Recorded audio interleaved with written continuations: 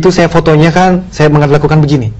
Ini adalah 3 pilar. Oh, saya kira love. Bukan, ini adalah 3 pilar triangle itu. Jadi kalau saya namanya salam triangle itu begini, lambangnya begini, simbolnya begini.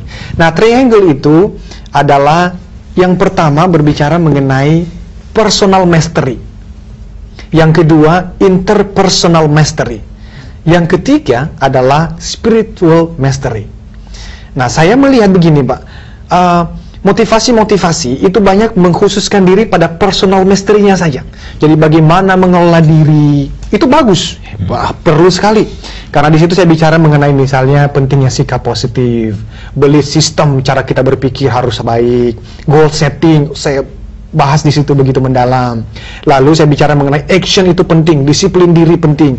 Lalu saya mengatakan kalau jatuh harus bangkit lagi. Di situ saya mendedikasikan 3 bab khusus, Pak, untuk orang-orang yang sekarang sedang gagal, merasa gagal dalam hidupnya. Ini kayaknya cerita Anda semua ya tadi. Mengalami kesulitan, ya. Banyak dari kehidupan saya, tetapi juga saya menggabung melihat kehidupan orang-orang yang lebih sukses, Pak. Ya.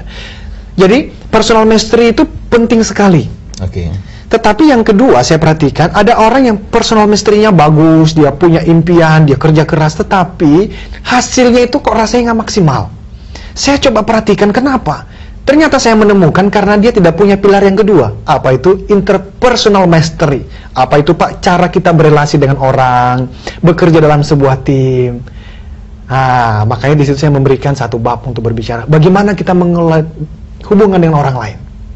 Misalnya salah satunya adalah simpel saja, semacam senyuman. Di situ saya memberikan tips-tips gitu, Pak. Tetapi saya perhatikan gini, ada orang yang personal mastery-nya hebat, Pak. Interpersonal mastery-nya juga baik. Tetapi ternyata mereka itu kehilangan yang namanya itu happiness, joy di dalam hidupnya. Jadi kalau kebahagiaan itu diukur dari mobil mewah, rumah mewah, popularitas, ada orang yang punya itu karena personal mastery-nya hebat, interpersonal mastery-nya hebat. Tetapi dari bercakap-cakap dengan mereka, dari membaca biografi mereka, sebetulnya itu mereka ngomong begini, I'm missing something. Rasanya saya kehilangan sesuatu. Bisa dirasakan ya, gitu. Bisa dirasakan dan ada dari mereka, Pak. Yang ketika kita mulai dekat dan kita tanya secara jujur, mereka ngakuin kok bahwa dengan segala kemewahan ini, aku masih kehilangan sesuatu. Tapi apakah itu? Saya akhirnya berpikir dan mencari dan membaca banyak, bertemu banyak orang. Saya temukan, Pak, ternyata itu karena spiritualnya memang lemah sekali. Apa yang Anda maksud dengan spiritual? Apakah kebatinan, apakah healing gitu atau apa? Oke. Jadi di sini saya sebut spiritual tidak menunjuk kepada satu keyakinan atau kepercayaan, tetapi sesuatu yang umum. Artinya adalah selama kita meyakini bahwa ada satu kuasa yang lebih tinggi daripada manusia dan kita bergantung kepada kekuatan tersebut, kepada kuasa tersebut. Ya. Tuhan. Saya sebutnya Tuhan. Okay. Ya, saya sebutnya Tuhan. Nah, saya ingat ada satu kalimat yang pernah disampaikan oleh namanya itu Blaise Pascal. Ini adalah seorang pemikir dan dia mengatakan begini, Pak. In the heart of a man there is a room that cannot filled by anything or anyone except by God or Creator Himself. Wah, ini menarik sekali. Dia mengatakan begini, di dalam hati setiap manusia itu ada satu ruangan yang tidak bisa diisi oleh benda apapun atau siapapun kecuali oleh Tuhan atau Sang Pencipta itu sendiri. Nah, saya menarik kesimpulan, saya mengatakan begini, maka boleh saja ada mobil mewah, boleh saja ada rumah mewah, bahkan kita bisa keliling seluruh dunia, tetapi ruangan itu akan tetap kosong dan kita akan tetap gelisah kecuali kita berhenti dan secara sadar mengundang Tuhan Sang Pencipta itu untuk mengisi hati yang kosong ini.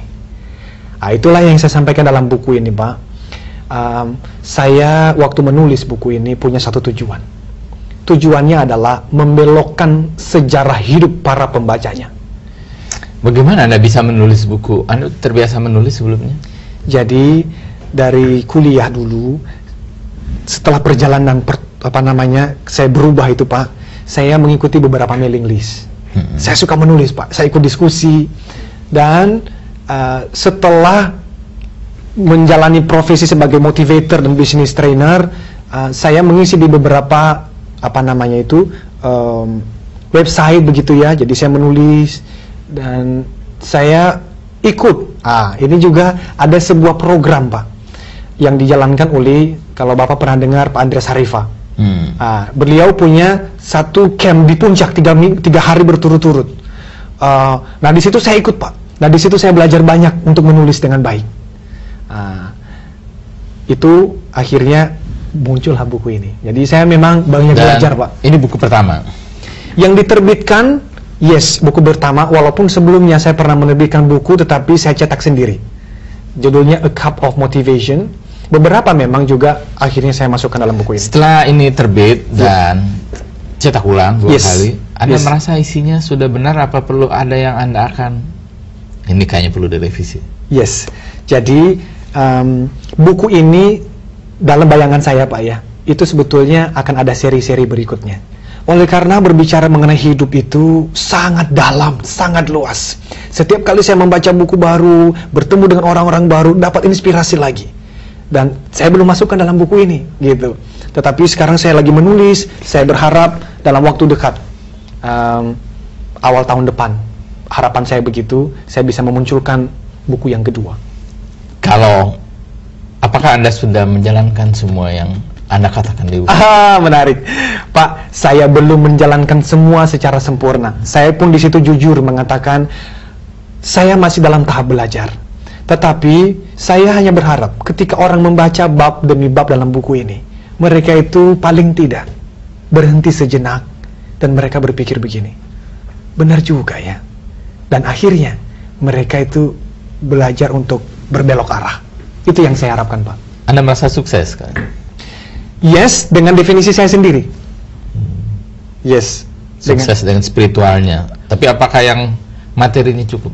Yes, kalau istilah cukup saya merasa sekarang cukup. Tetapi ini menarik, Pak. Setiap kali kemarin saya talk show di salah satu radio, ada salah satu peserta pendengar bertanya, sebetulnya definisi sukses itu apa? Nah, saya juga para pemirsa bisa mendengarkan ini ya. Jadi bagi saya kesuksesan, waktu kita habis. Yes, sedikit saja. Jadi bagi saya kesuksesan itu, Pak, tidak ada definisi yang umum berlaku bagi semua orang. Masing-masing punya definisinya sendiri. Ada yang bagi dia mendapatkan sepeda motor sudah kesuksesan. Ada bagi orang lain harus dapat mobil mewah barulah kesuksesan. Tetapi bagi saya itu nomor 2. Sebetulnya kesuksesan itu harus diukur berdasarkan potensi yang Tuhan berikan kepada setiap kita. Jadi, kalau ada orang mengatakan, saya dapat 10 juta sebulan gajinya, saya sudah sukses. Oke, bagus. Tetapi harus tanya, sebetulnya potensi yang diberikan Tuhan ke saya, apakah 10 juta sebulan, atau jangan-jangan 100 juta sebulan? Itu jangan 3 juta, dia dapat bonus tuh. Dapat bonus, bisa juga, ya. Tetapi kalau adalah 100 juta sebetulnya, berarti kesuksesannya baru 10%.